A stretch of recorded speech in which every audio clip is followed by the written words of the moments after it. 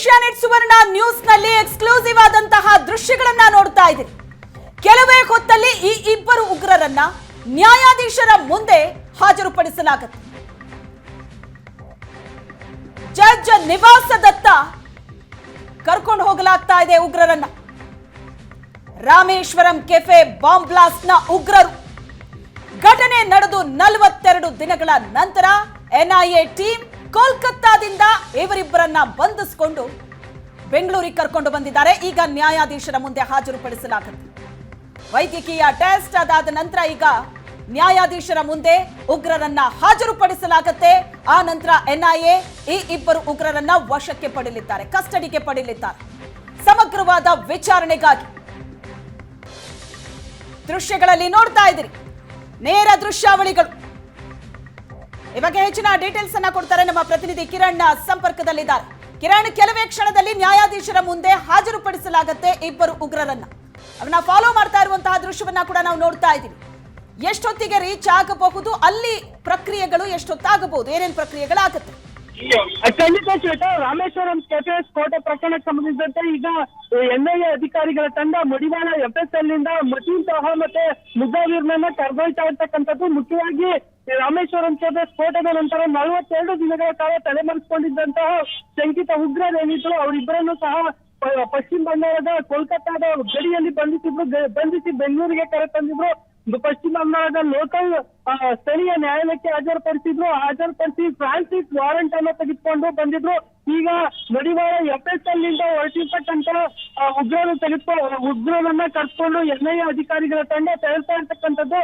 ಕೋರ್ಮಂಗ್ಲಾದಲ್ಲಿರ್ತಕ್ಕಂಥ NIA ನ್ಯಾಯಾಧೀಶರ ಮನೆಗೆ ಹಾಜರುಪಡಿಸಿ ಇಲ್ಲಿ ಕೆಲವೇ ಕ್ಷಣಗಳಲ್ಲಿ ಹಾಜರುಪಡಿಸಿ ಅವರಿಂದ ಕಸ್ಟಡಿಗೆ ಪಡೆಯೋದಕ್ಕೆ ಈಗೆಲ್ಲ ತಯಾರಿಯನ್ನ ಮಾಡ್ಕೊಂಡು ಈಗ ಹೊರಟಿರ್ತಕ್ಕಂಥದ್ದು. ಏನ್ ಪೇಪರ್ ವರ್ಕ್ ಇತ್ತು ಅದು ಮಾಡೋದು ಲೇಟ್ ಆಯ್ತು ಅಂತ ಹೇಳಿ ಎನ್ಐಎ ಅಧಿಕಾರಿಗಳು ಹೇಳ್ತಾ ಇದ್ರು. ಹೀಗಾಗಿ ಉಗ್ರರ ಬಂಧನ ಪ್ರಕ್ರಿಯೆಗೆ ಸಂಬಂಧಿಸಿದಂತೆ ಕೆಲವು ಪೇಪರ್ ವರ್ಕ್ ಇರುತ್ತೆ, ಆಕ್ಷೇಪಣೆ ಸಲ್ಲಿಸೋದಕ್ಕೆ ಸಂಬಂಧಿಸಿದಂತೆ ಎಲ್ಲಾ ಮಾಹಿತಿಯನ್ನ ಕಲೆ ಹಾಕಬೇಕಾಗಿರುತ್ತೆ. ಹೀಗಾಗಿ ಎಲ್ಲಾ ಮಾಹಿತಿಯನ್ನ ಕಲೆ ಹಾಕಿ ಕೆಲವು ಡಾಕ್ಯುಮೆಂಟ್ಸ್ ಗಳನ್ನ ರೆಡಿ ಮಾಡ್ಕೊಂಡು ಈಗ ತಾನೇ ಕೋರ್ಮಂಗ್ಲಾ ತಲುಪಿದ್ದಾರೆ. ಕೆಲವು ಕೋರ್ಮಂಗ್ಲಾ ಫೋರಂ ಬಳಿ ಈಗ ನಾವು ಹೋಗ್ತಾ ಇರ್ತಕ್ಕಂಥದ್ದು. ನೀವು ದೃಶ್ಯಗಳು ಉಗ್ರರಿರ್ತಕ್ಕಂಥ ಇಬ್ಬರನ್ನು ಮತೀನ್ ಸಹ ಮತ್ತೆ ಮುಜಾವಿರ್ ಕರೆದೊಯ್ತಾ ಇರ್ತಕ್ಕಂಥದ್ದು ಎನ್ಐಎ.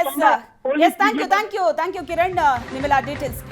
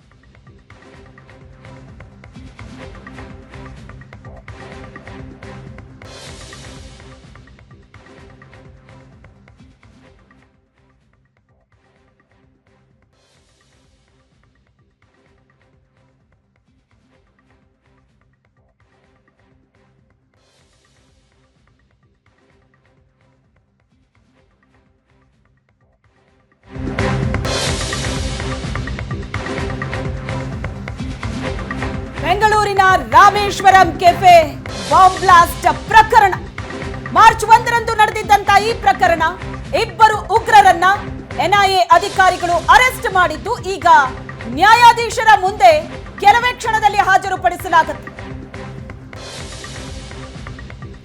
ದೃಶ್ಯದಲ್ಲಿ ನೋಡ್ತಾ ಇದ್ದೀರಿ, ಜಡ್ಜ್ ನಿವಾಸಕ್ಕೆ ಉಗ್ರರನ್ನ ಕರೆ ತಂದಿರುವಂತಹ ದೃಶ್ಯ. ನ್ಯಾಯಾಧೀಶರ ಮುಂದೆ ಈಗ ಉಗ್ರರನ್ನ ಹಾಜರುಪಡಿಸಲಾಗುತ್ತೆ. ಏಷ್ಯಾನೆಟ್ ಸುವರ್ಣ ನ್ಯೂಸ್ ನಲ್ಲಿ ಎಕ್ಸ್ಕ್ಲೂಸಿವ್ ಆದಂತಹ ದೃಶ್ಯ ಇದು. ಮಡಿವಾಳದ ಟೆಕ್ನಿಕಲ್ ಸೆಲ್ ನಿಂದ ಕೋರ್ಮಂಗ್ಲದಲ್ಲಿರುವಂತಹ ನ್ಯಾಯಾಧೀಶರ ನಿವಾಸಕ್ಕೆ ಉಗ್ರರನ್ನ ಕರೆತಂದು ನ್ಯಾಯಾಧೀಶರ ಮುಂದೆ ಹಾಜರುಪಡಿಸಲಾಗಿದೆ. ನ್ಯಾಯಾಧೀಶರ ಮುಂದೆ ಈಗ ಉಗ್ರರನ್ನ ಹಾಜರುಪಡಿಸಲಾಗಿದೆ. ದೃಶ್ಯದಲ್ಲಿ ನೋಡ್ತಾ ಇದೆ. ಮಾರ್ಚ್ 1ರಂದು ನಡೆದಿದ್ದಂತ ಪ್ರಕರಣ, ರಾಮೇಶ್ವರಂ ಕೆಫೆ ಬಾಂಬ್ ಬ್ಲಾಸ್ಟ್ ಪ್ರಕರಣ. 42 ದಿನ ಆಗಿದೆ ಘಟನೆ ನಡೆದು.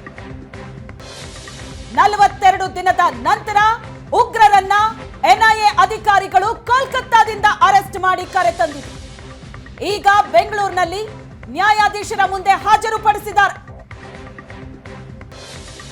ಕೋರಮಂಗಲದಲ್ಲಿರುವಂತಹ ನ್ಯಾಯಾಧೀಶರ ನಿವಾಸ ಇದು. ತಮ್ಮ ಕಸ್ಟಡಿಗೆ ಕೇಳಲಿದ್ದಾರೆ ಎನ್ಐಎ ಅಧಿಕಾರಿಗಳು. ಹೆಚ್ಚಿನ ವಿಚಾರಣೆ ಆಗಬೇಕಾಗಿದೆ. ಉಗ್ರರಿಗೆ ಯಾರ್ಯಾರ ಜೊತೆ ಸಂಪರ್ಕ ಇದೆ, ಈ ಹಿಂದಿನ ಯಾವ್ಯಾವ ಪ್ರಕರಣಗಳಲ್ಲಿ ಭಾಗಿಯಾಗಿದ್ದಾರೆ, ಇವರ ಕೈವಾಡ ಇದೆ, ಎಲ್ಲದರ ಬಗ್ಗೆ ಸಮಗ್ರವಾದ ವಿಚಾರಣೆ ಆಗಬೇಕಾಗಿದೆ. ನ್ಯಾಯಾಧೀಶರ ಮುಂದೆ ಹಾಜರುಪಡಿಸಲಾಗಿದೆ ಇಬ್ಬರು ಉಗ್ರರನ್ನ. ಬೆಳಗ್ಗಿನಿಂದಲೇ ಖಾಕಿ ಸರ್ಪಗಾವಲಿತ್ತು. ಇವತ್ತು ಉಗ್ರರನ್ನ ಹಾಜರುಪಡಿಸುವಂತಹ ಪ್ರಕ್ರಿಯೆ ಇದ್ದಿದ್ರಿಂದ ಬೆಳಗ್ಗಿನಿಂದಲೇ ಹೆಚ್ಚುವರಿ ಪೊಲೀಸರನ್ನ ನಿಯೋಜನೆ ಮಾಡಲಾಗಿತ್ತು ಸುತ್ತಮುತ್ತ. ಈಗ ನ್ಯಾಯಾಧೀಶರ ಮುಂದೆ ಮುಸಾವೀರ್ ಮತ್ತು ಮತೀನ್ ತಾಹಾ ಇಬ್ಬರು ಉಗ್ರರನ್ನ ಹಾಜರುಪಡಿಸಲಾಗಿದೆ. ಒಬ್ಬ ರಾಮೇಶ್ವರಂ ಕೆಫೆಯಲ್ಲಿ ಬಾಂಬ್ ಇಟ್ಟವ, ಮತ್ತೊಬ್ಬ ಈ ಇಡೀ ಪ್ರಕರಣದ ಮಾಸ್ಟರ್ ಮೈಂಡ್ ಚಾಲಾಕಿ ಮತೀನ್ ತಾಹಾ. ಇಬ್ಬರನ್ನು ಎನ್ಐಎ ಅಧಿಕಾರಿಗಳು ಅರೆಸ್ಟ್ ಮಾಡಿ ಕರೆತಂದಿದ್ರು ಕೋಲ್ಕತ್ತಾದಿಂದ. ನೆನೆ ಮಧ್ಯರಾತ್ರಿ ಬೆಂಗಳೂರು ತಲುಪಿದ್ರು. ಈಗ ನ್ಯಾಯಾಧೀಶರ ಮುಂದೆ ಹಾಜರುಪಡಿಸಲಾಗಿದೆ. ಹೆಚ್ಚಿನ ವಿಚಾರಣೆಗಾಗಿ ಎನ್ಐಎ ಅಧಿಕಾರಿಗಳು ಕಸ್ಟಡಿ ಕೇಳಲಿದ್ದಾರೆ. ಇಡೀ ಬೆಂಗಳೂರನ್ನ, ರಾಜ್ಯವನ್ನ ಬೆಚ್ಚಿ ಬೀಳಿಸಿದ್ದಂತ ಪ್ರಕರಣ ಇದು. ರಾಮೇಶ್ವರಂ ಕೆಫೆಯಲ್ಲಿ ತಣ್ಣಗೆ ಊಟ ಮಾಡ್ತಾ ಇದ್ದವರು ಏಕಾಏಕಿ ಏನಾಯ್ತು ಅಂತ ಕಂಗಾಲಾಗಿದ್ರು. ಅಲ್ಲಿನ ಬ್ಲಾಸ್ಟ್ ಪ್ರಕರಣ ಇಡೀ ರಾಜ್ಯವನ್ನ ಬೆಚ್ಚಿ ಬೀಳಿಸಿತ್ತು. ಜನರ ನೆಮ್ಮದಿ ಕೆಡಿಸಿತ್ತು.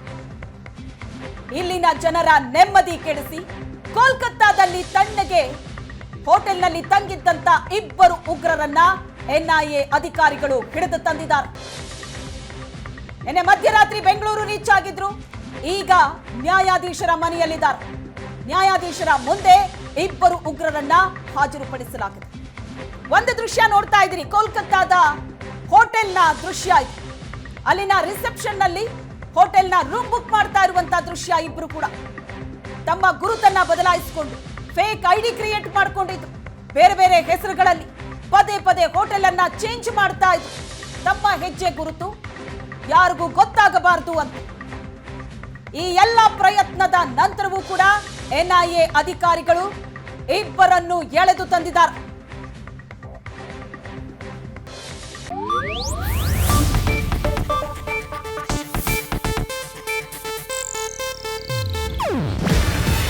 ಇದು ಏಷ್ಯಾನೆಟ್ ನ್ಯೂಸ್ ನೆಟ್ವರ್ಕ್ ಪ್ರಸ್ತುತಿ. ನೀವು ನೋಡ್ತಿದ್ದೀರಾ ಏಷ್ಯಾನೆಟ್ ಸುವರ್ಣ ನ್ಯೂಸ್.